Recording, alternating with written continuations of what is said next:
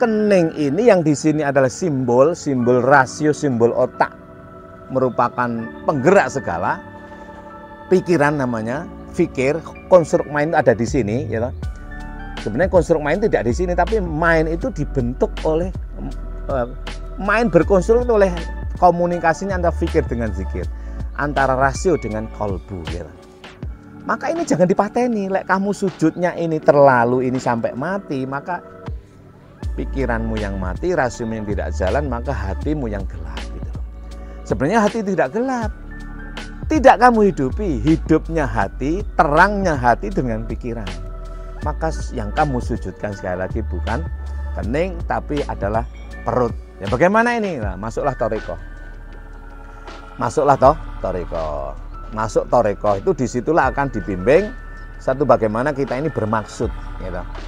Tidak sekedar syariah, tapi tidak syariat bloko, tapi laku torekot lan ma'rifate. Jadi tidak hanya syariah tapi torekot. Apa torekot itu? Maksud. Kalau syariah itu ayat, terjemah, translate. Itu tidak mengantarkan satu pengertian.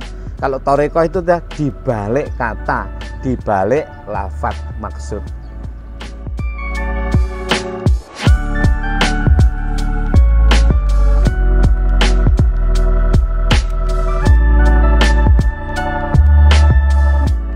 Assalamualaikum warahmatullahi wabarakatuh. Alhamdulillah alladzi nazzala al-furqana ala 'abdihi liyakuna lil 'alamina nadhira.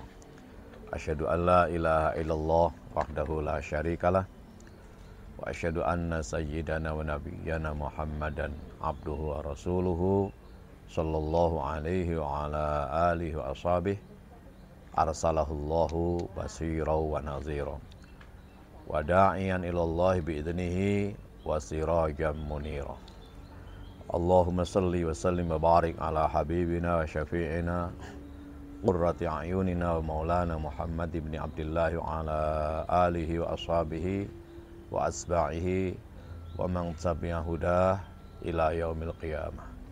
Amma ba'du, anak-anakku semuanya, para santri Baiqun Nusa atau Bait Al-Quran Nurus Sofa atau Pondok Pesantren Bait Al-Quran Nurus Sofa dimanapun Anda berada, baik putra maupun putri, dan terutama yang tinggal di Pondok Pesantren.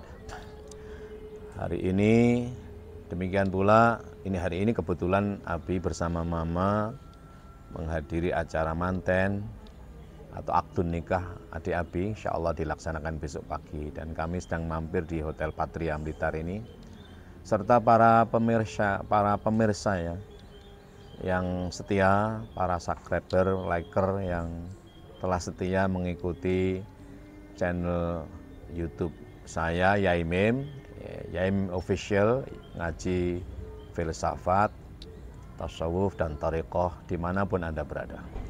Bersama saya, Yaimim, kita akan ngaji filsafat, tasawuf, thariqah. Sambil menunggu mengisi waktu, saya akan melanjutkan kajian atau pengajian kita, yaitu kita hitung muhadharah yang ke berapa, Ma? 137. Al-yauma yaumal khamis nanti liqa'ana, yakni liqa' mi'atin wa sabi'ah wa thalasin. Di liqa'u mi'atin wa sabi'ah wa thalathina aw thalathina. 137. Baik. Pada pertemuan yang ke-136 kemarin ya, kita sudah sampaikan tentang apa, Ma? Ruku'. Salat thariqah, rukun fi'li, apa, Ma, yang kemarin? Tidak sudah ya. Berarti sekarang sujud ya. Baik. Jadi rukun salat atau rukun salat fi'li ya, perbuatan anggota badan itu kan 6 ya jumlahnya. Yang pertama qiyam, yang kedua ruku', ketiga i'tidal, dan kita akan masuk 4 adalah sujud, kelima adalah duduk di antara dua sujud, dan keenam adalah duduk akhir. Kita masuk yang keempat, yaitu sujud. Ah, apa itu sujud ini ya? Kalau sujud secara syariah itu ya, secara syariah kan 7 itu anggotanya. Umirtu an asjuda ala sab'ati a'zum ya toh. Nabi menjelaskan bahwa saya diperintah untuk sujud itu dengan 7 anggota. Yang pertama adalah jabhah, kening ya. Yang kedua adalah kedua dan tiga adalah kedua telapak tangan. 45 adalah rukbatain, dua lutut. Yang ke-6 7 adalah ini atraful qadamain. Nah, itu secara syariah itu. Secara zahir, secara fi'li semacam itu. Sujud itu semacam itu, ya toh. Ya posisinya semacam itu. Artinya apa? Bila mana kita melaksanakan rukun fi'li sujud itu sesuai dengan itu, berarti sah. Apa itu? Kening, kedua telapak, kedua lutut, dan kemudian atraful qadamain. Asal dia sudah nempel itu sudah sah. Itu secara syariah. Secara zahir itu yang dianggautakan atau disujudkan. Tapi secara thariqah maksudnya apa? Itu sebenarnya yang disujudkan itu bukan kening atau bukan telapak atau bukan, tapi bukan kedua lutut atau atraful qadamain, tapi sebenarnya yang disujudkan itu adalah perut kita itu. Kenapa perut yang mesti disujudkan? Karena perut itu tidak mau sujud itu. Kenapa? Karena di dalam perut itu ada nafsu gitu. Perut itu identik dengan nafsu. Maka dari mana ia berasal? Nah, dari makanan yang kita makan. Makanan yang kita makan itu akan menimbulkan nafsu, dikonsumsi oleh fisik kita, ya, lalu menjadi kekuatan keinginan namanya, yaitu dorongan untuk melakukan kebaikan. Loh, kenapa perut atau nafsu ini mesti disujudkan, ditundukkan? Karena aslinya nafsu itu tidak mau sujud itu. Maka dalam surat Al-Alaq ya, surat ke-96 di ayat terakhir ayat 19 gitu. Itu wasjud waqtarib. Sujudkan akan dia itu mau mendekat itu loh. Aslinya nafsu itu menjauh. Asli nafsu itu liar itu. Aslinya nafsu itu liar. Oleh karena itu dia harus ditundukkan. Siapa yang menundukkan? Iman. Apa yang menundukkan? Ilmu. Apa yang menundukkan? Nikmat. Apa yang menundukkan adalah takwa. Nah, nafsu itulah yang harus ditundukkan agar dia mau mendekat kepada apa? Kepada Allah. Kenapa demikian? Karena aslinya manusia itu gitu. Coba dilihat dari ayat pertama surat Al-Alaq surat ke-96 itu kan, itu yang kemudian berapa? Ayat yang ke-6 itu misalnya, kalla innal insana layadgha ar-ra'ahustaghna inna ila rabbikar ruj'a. Kalla innal insana layadgha, sungguh manusia itu akan melampaui batas saenake dhewe. Kalau dia sudah insan di sini, siapa insan itu? Ya manusia fisik, beleger fisik ini saenake dhewe. Kenapa saenake dhewe? Sudah togo, sudah togi ya. Kalau dia dalam posisi yang merasa istaghna. Apa istaghna itu? Merasa cukup, merasa kuat. Baik karena materi, status sosial, jabatan atau apa, ini saenake dhewe. Nah, kenapa saenake dhewe? Karena dalam diri manusia, sifat manusia itu begitu itu. Sebelum ditundukkan, sebelum diarahkan. Apa manusia di situ? Yang dimaksud adalah jasad. Ya. Maka dalam surat Ma'arij, surat Ma'arij itu surat ke-70 ya. Ya. Bismillahirrahmanirrahim. Lupa sekarang, ya Allah. Ya, surat Al-Ma'arij. Surat Al-Ma'arij surat ke-70. Surat 71 itu surat Nuh, 72 Al-Jinnu, 73 Al-Muzammil, 74 Al-Mudassir, 73 Al-Qiyamah. 70, baik. Surat ke-70 ayatnya 19, 20, 21. Innal insana khuliqa halu'a. Idza massahu syarru jazua. Wa idza massahul khairu manu'a illal musallin. Ini ya. Bahwa manusia fisik ini tercipta keluh kesah itu. Jadi kalau mendapatkan sesuatu yang tidak enak itu gersah itu. Kalau mengeluh, mengesah apa ya, anti ngeluh, anti sambatan itu Pak ya. Jadi kena sesuatu yang tidak enak sedikit itu sudah sambat gitu ya. Innal insana khuliqa halu'a, idza massahu syarru jazua, wa idza massahul khairu manu'a. Kalau mendapatkan posisi yang enak itu kemelinti gitu. Yaitu innal insana la yadgha ar-ra'ahu istaghna. Maka sifat-sifat manusia semacam ini harus disujudkan. Wasjud waqtarib. Apa sifat manusia itu? Ya sifat manusia itu perutnya itu. Jadi sifat fisik manusia itu mengikuti perutnya. Kenapa? Dari makanan itu. Makanan yang dimakan itu akan menimbulkan dorongan dan mendorong kepada nafsu yang hidupnya bersama dengan jasad.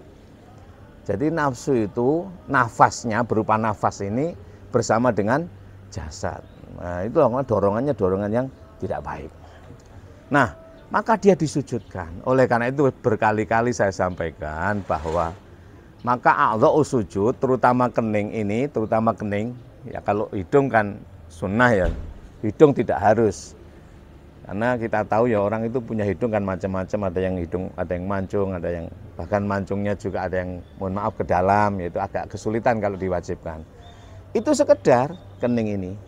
Kening ini sekedar nempel, jangan sampai ditempelkan sedemikian rupa sehingga menjadi apa, bahasa saya itu gosong gitu loh.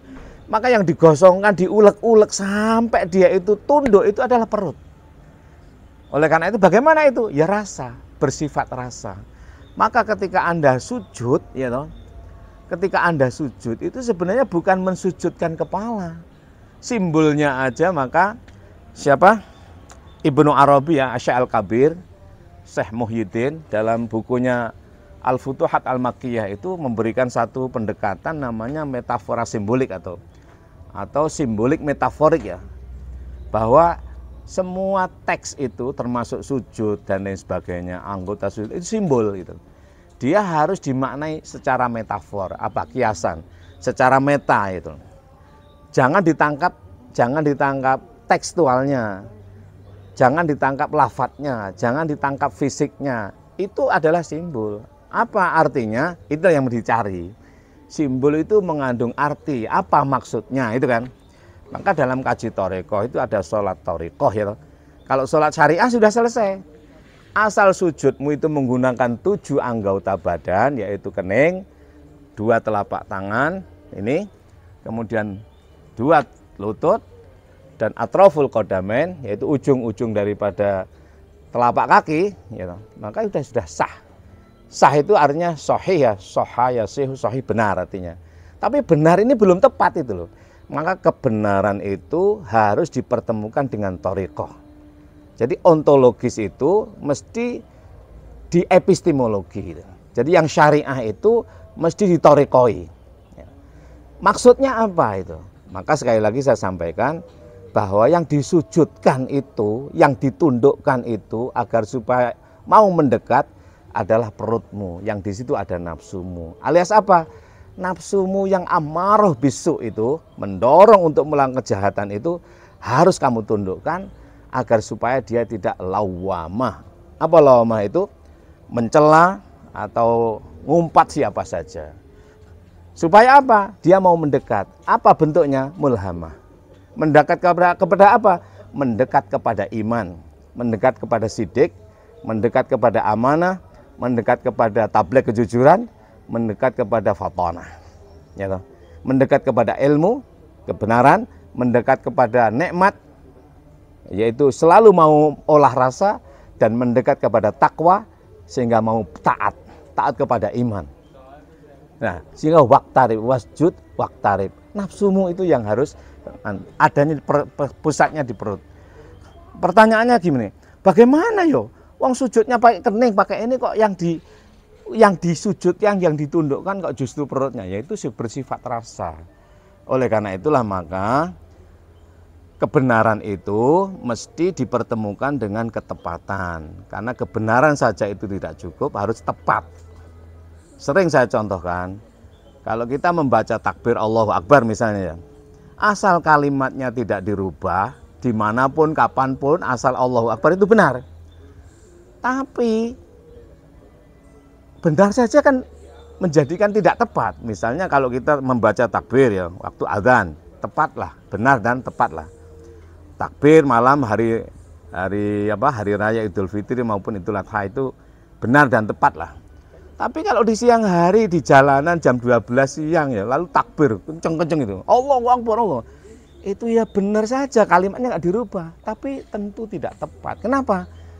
Karena ganggu itu loh. Maka ketepatan itu diperlukan sebuah subjektivitas diri agar menfaktualisasi. Bahasa filsafatnya itu yang realitas objektif itu mesti difaktualisasi sehingga menjadi subjek kita masing-masing.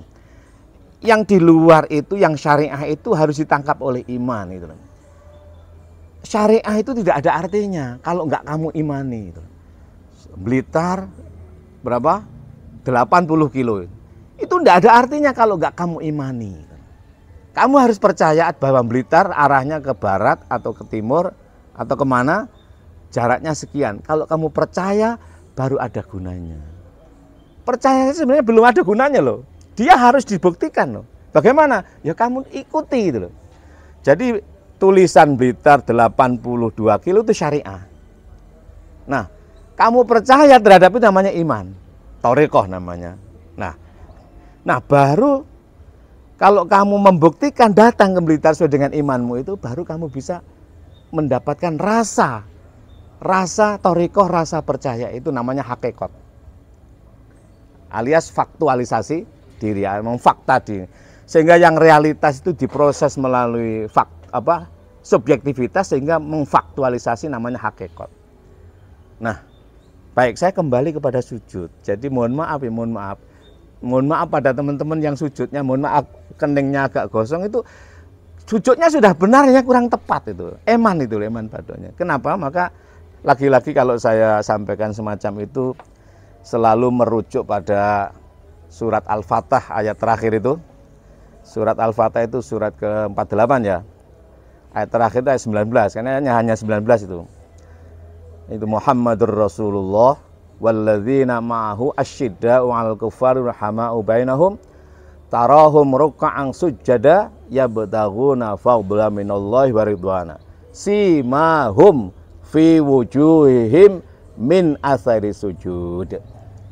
Jadi salah menangkap maksud simah itu loh. Simah itu diartikan ada tandanya padahal wujuh itu jamak dari wajhun, wajah. Di dalam wajah-wajah mereka itu ada simah, ada aura, asar daripada sujud. Jadi bukan tanda sebenarnya, apa ya, aura gitu ya. Simah itu apa ya? Simah itu semacam, maka kalau bahasa Arabnya andeng-andeng ya, tai lalat itu simah. Simah, tapi tidak selalu simah itu karena di wajah ya. Bukan di batuk ya. Bukan simahum fi batuihim min asbukan.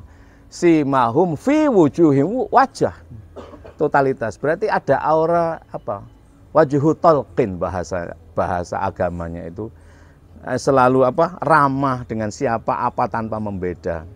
Seperti perilaku Muhammad, yaitu keterpujian. Akhlak Rasulullah SAW, cinta apa dan siapa tanpa membeda. Ya, inilah sebenarnya yang harus disujudkan. Jadi mohon maaf sekali lagi. Jadi maka rukun fi'li sujud ya, keempat ya. Rukun fi'li sujud ini merupakan buah atau dampak daripada iktidal. Apa iktidal itu? Iktidal itu kan kemarin saya sampaikan, iktidal itu kan rahmah kan. Iktidal itu rahmah, realisasinya adalah keadilan. Maka ketika sujud itu istighfar kan. Dalam surat Al-A'raf 23 rukuk ya, ketika rukuk itu kan istighfar ya toh. Ini ada hubungannya dengan surat Al-A'raf surat ke-7 23 ya. Qala Rabbana zalamna anfusana wa illam taghfir lana, itu rukuk. Jadi Nabi Adam dan Hawa ketika zalamna itu berdiri kan. Ketika berdiri, lah berdirinya itu belum sadar. Ketika berdiri sadar itu Allahu Akbar. Maka qiyam itu dibersamai dengan Allahu Akbar, dia akan menghasilkan rukuk namanya istighfar. Maka kalimatnya subhana rabbiyal azimi wa bihamdi maksudnya adalah satu apa? Satu kesadaran diri bahwa Allah itu maha penerima, maha besar ampunan dan maghfirahnya, dan Allah itu maha menutup segala kesalahan hamba. Berapapun salah kita, ya toh, asal ada kesadaran ketika qiyam itu Allahu Akbar, yaitu disebut dengan takbiratul ihram. Apa takbiratul ihram itu? Takbir yang mengihramkan, yang mengendalikan nafsu itu tadi. Maka dia akan apa namanya? Menghasilkan satu kesadaran yang disebut dengan rukuk, yaitu istighfar. Nah, istighfar yang ini akan berdampak pada qiyam, apa iktidal namanya. Gerakannya dari rukuk menjadi lurus, qiyam itu menjadi iktidal. Iktidal adil. Nah, apa? Iktidal itu rahmah. Kan dalam kegelapan, ketika istighfar maka wa illam taghfir lana wa tarhamna iktidal. Tolak asyamsu kan, terbitlah matahari pagi sehingga ada enggak gelap lagi. Dunia bumi menjadi tidak gelap lagi. Lalu tolak asyamsu, matahari terbit. Nah, matahari terbitlah. Apa itu? Dialah rahmah. Rahmah itu siapa? Rahmah itu tiada lain adalah risalah Rasul. Wa ma arsalnaka illa rahmatan lil alamina. Surat Al-Anbiya surat ke-21 ayat 107. Dialah risalah Rasul. Berarti risalah Rasul atau Nur Muhammad itu sudah ada sejak dulu itu loh. Sudah ada sebelum Nabi Adam pun diutus. Bahkan sebelum seluruh alam dicipta sudah ada namanya Nur Muhammad. Baik. Nah, ketika rahmah ini maka dia barulah bisa berkeadilan. Maka disebut dengan iktidal. Maka rahmatmu itu rahmah pada dirimu karena menyerap sifat Rasul, maka apa? Ekspresimu menjadi keadilan. Keadilan itu perilakumu dirasakan oleh orang lain berupa keadilan itu loh.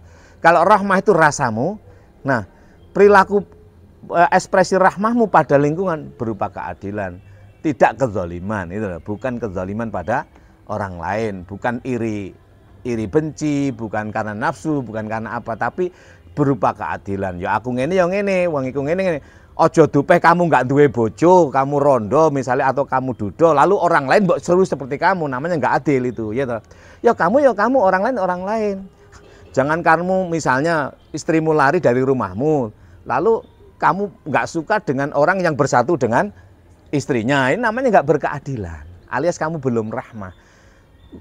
Kalaupun kamu ditinggal pergi oleh istrimu, asal kamu mau rahmah, kamu tetap akan adil pada orang lain. Pada orang yang bersama dengan istrinya rukun damai, kamu tidak ada masalah.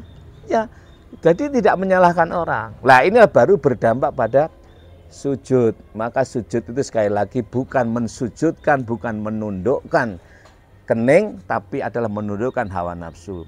Kening ini yang di sini adalah simbol rasio, simbol otak, merupakan penggerak segala pikiran namanya, fikir, konstruk mind ada di sini, ya. Sebenarnya konstruk mind tidak di sini, tapi mind itu dibentuk oleh mind berkonstruk oleh komunikasinya antara fikir dengan zikir, antara rasio dengan kolbu, ya. Maka ini jangan dipateni, lek kamu sujudnya ini terlalu ini sampai mati, maka pikiranmu yang mati, rasiomu yang tidak jalan, maka hatimu yang gelap itu. Sebenarnya hati tidak gelap. Tidak kamu hidupi, hidupnya hati, terangnya hati dengan pikiran. Maka yang kamu sujudkan sekali lagi bukan kening, tapi adalah perut. Ya bagaimana ini? Nah, masuklah thariqah. Masuk thariqah itu disitulah akan dibimbing satu bagaimana kita ini bermaksud. Gitu. Tidak sekedar syariah, tapi tidak syariat bloko, tapi laku thariqat lan ma'rifate. Laku torekot lan ma'rifate, dan seterusnya itu. Nah itu kan. Jadi tidak hanya syariah tapi torekot. Apa torekot itu? Maksud. Kalau syariah itu ayat, terjemah, translate. Itu tidak mengantarkan satu pengertian. Kalau torekot itu sudah dibalik kata, dibalik lafaz maksud. Berapa menit mah?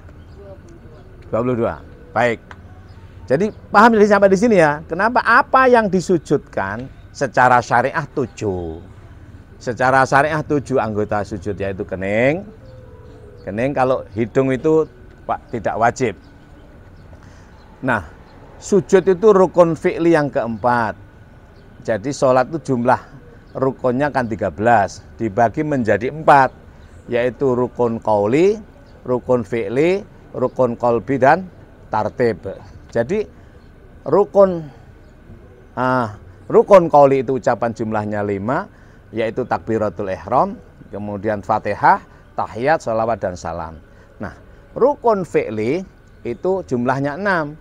Apa itu? Qiyam, kemudian rukuk, i'tidal, sujud, duduk di antara 2 sujud, dan duduk akhir. Nah, sekarang pada yang keempat, yaitu sujud. Nah, sekali lagi, rukun fi'li sujud ini yang disujudkan secara syariah 7, tapi secara torekot adalah 1. Apa itu? Perut. Tapi sebenarnya bukan perut, yang berdampak di dalam perut. Apa itu? Nafsu. Agar supaya apa? Agar tidak amarah besok. Agar supaya apa? Agar supaya tidak lawamah. Apa lawamah itu? Mencela siapa saja, ngelok-ngelok nih, ekspresi ngamuk dan lain sebagainya. Agar supaya apa? Agar dorongannya menjadi mulhamah, yaitu tulhim sahibaha fi'lal khairati. Mengilhami, mendorong diri kita dari dampak sujud itu untuk melakukan berbagai hal kebaikan. Nah, kalau kita sudah melakukan kebaikan itu, maka akan timbul namanya mutmainnah. Ini keadaan nafsu jiwa kita juga. Dalam bahasa Indonesia, kalau 3 itu disebut dengan jiwa. Ya, kalau 1 nafsu, 2 nafsu, bahasa Arab juga begitu. 1 nafsun, 2 nafsani, 3 nufus. Kalau nufus itu sudah jiwa. Nah, nufus itu mulhamah, mutmainnah. Apa mutmainnah itu? Tenang, radiyah, mardiyah, kamilah. Jadi sholat itu 1. Apa intinya sholat? Hubungan kita atau hubungan mukmin kepada Rasulullah. Namanya sholat. Rasulullah menyambut kita, namanya sholawat. Rasul nyambut kita sholat kepada Rasulullah, disambut dengan sholat, diantar oleh Allah, jadilah kita menjadi manusia silah. Siapa manusia itu? Yang selalu silaturahim. Apa silaturahim itu? Menyambung tali atau menyambung silah interaksi dengan siapapun dengan kasih sayang, alias dengan sifatnya iman. Itulah innamal mu'minuna ikhwatun fa asluhu baina akhwaikum wattaqullaha la'allakum turhamun. Hanya mukmin yang punya sifat ukhuwah. Hanya mukmin yang punya sifat ukhuwah. Sehingga sifat ukhuwahnya ini bisa diperbaiki. Hanya orang yang punya mobil yang bisa memperbaiki mobilnya. Orang yang tidak punya mobil tidak bisa memperbaiki mobilnya. Wujudnya apa? Orang mukmin yang punya sifat ukhuwah persaudaraan ini sehingga bisa diperbaiki persaudaraannya. Wujudnya apa? Turhamuna. Apa turhamuna itu? Dikasih sayangi. Apa maksudnya? Karena selalu berlaku kasih sayang, maka dikasih sayangi oleh Allah dan Rasulnya. Dan tentu akan dikasih sayangi oleh manusia. Kalau ada manusia lain kita sudah berkasih sayang, sudah berekspresi kasih sayang. Orang itu tidak sayang pada kita, hakikatnya dia sayang. Hakikatnya dia sayang. Kita sudah baik loh, sudah sayang, tapi orang itu kok jelek sama kita. Jangan tergesa-gesa menyimpulkan jelek. Perilaku orang yang tidak baik pada kita itu sebenarnya perilaku Allah dilewatkan orang itu agar supaya kita menemukan kasih sayang pada orang itu. Dari Allah. Ya, dari Allah itu. Nah, kalau kita menemukan sayang pada orang yang berlaku sayang pada kita itu biasa. Tapi bagaimana kita menemukan orang yang berperilaku zalim pada kita tapi sayang di balik itu? Nah, tentu saja sikapnya mensikapi orang yang berlaku zalim pada kita yang intinya adalah salam itu berbeda dengan orang yang berperilaku sayang dan sayang betul. Ini beda, maka diperlukan fatonah di sini. Ini gampangannya ini, kan ada orang itu yang ekspresi zahirnya adalah zalim, tapi kita menemukan itu sayang. Nah, orang semacam ini kamu sikapi secara tepat. Jangan sampai kamu balas dengan kamu dari injak-injak nanti. Nah, ini diperlukan. kan jelas-jelas zalim, tapi sebenarnya nggak ada zalim. Wong itu ekspresi Allah lewat dia. Masa Allah itu zalim? Enggak toh. Nah, orangnya aja yang kebetulan zalim. Maka kamu jangan menzalimi orang ini. Tapi ekspresimu sayang, tapi kudu sayangnya kudu sayang batin. Zahir ini beda itu loh. Zahir beda. Maka lagi-lagi tasawuf dengan fikih itu berbeda.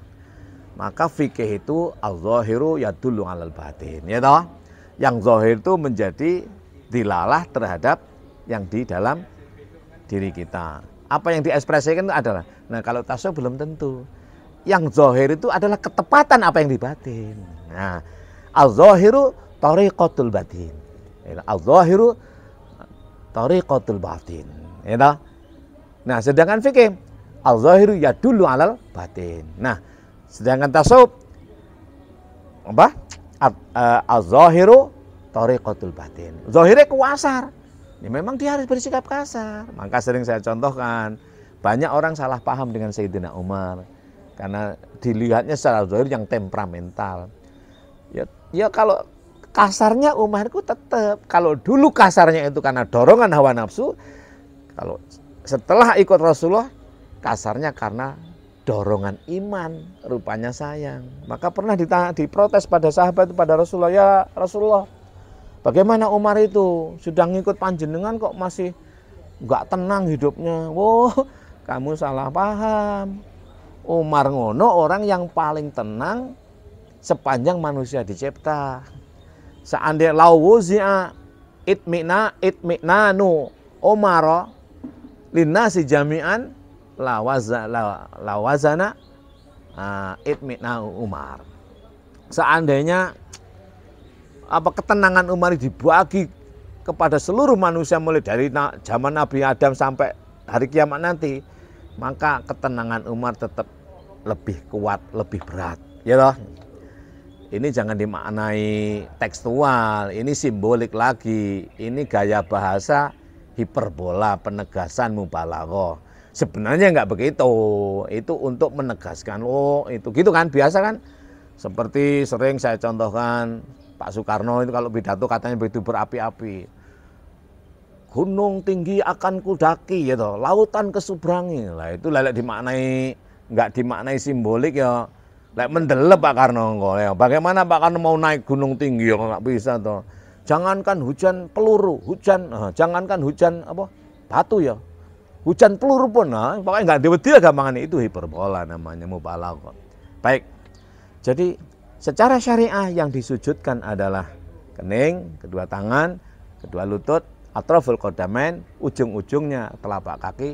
Tapi secara thariqah batin adalah perut alias nafsu, agar supaya ia tunduk, agar tidak amarah bisu, agar tidak lawwama, agar menjadi mulhamah, sehingga mutmainnah, radiyah, mardiyah, kamilah. Saya kira cukup begitu ya. Rukun fi'li sujud selesai. Kenapa? Terima kasih sudah menonton. Ini ya sambil sebutkan channel YouTube. Ini ya, oke. Maaf ini. Ya, jadi silakan ditonton pelan-pelan. Jangan, saya harapkan pada para pemirsa jangan hanya menonton covernya atau thumbnailnya, tapi mohon ditonton ini Yaimim Official ya. Jangan lupa. Thank you for watching. Terima kasih atas menontonnya dan saya harap terus menonton agar supaya tidak ketinggalan. Karena sholat ini akan terus, ya toh. Ini kita baru bicara rukun fi'li yang keempat yaitu sujud. Rukun fi'li itu jumlahnya 6, masih ada 2 pada pertemuan yang akan datang. Naktafi wa nakhtatim liqa'anal yaum wa naqul wallahul muwaffiq ila aqwamit thoriq. Assalamualaikum warahmatullahi wabarakatuh.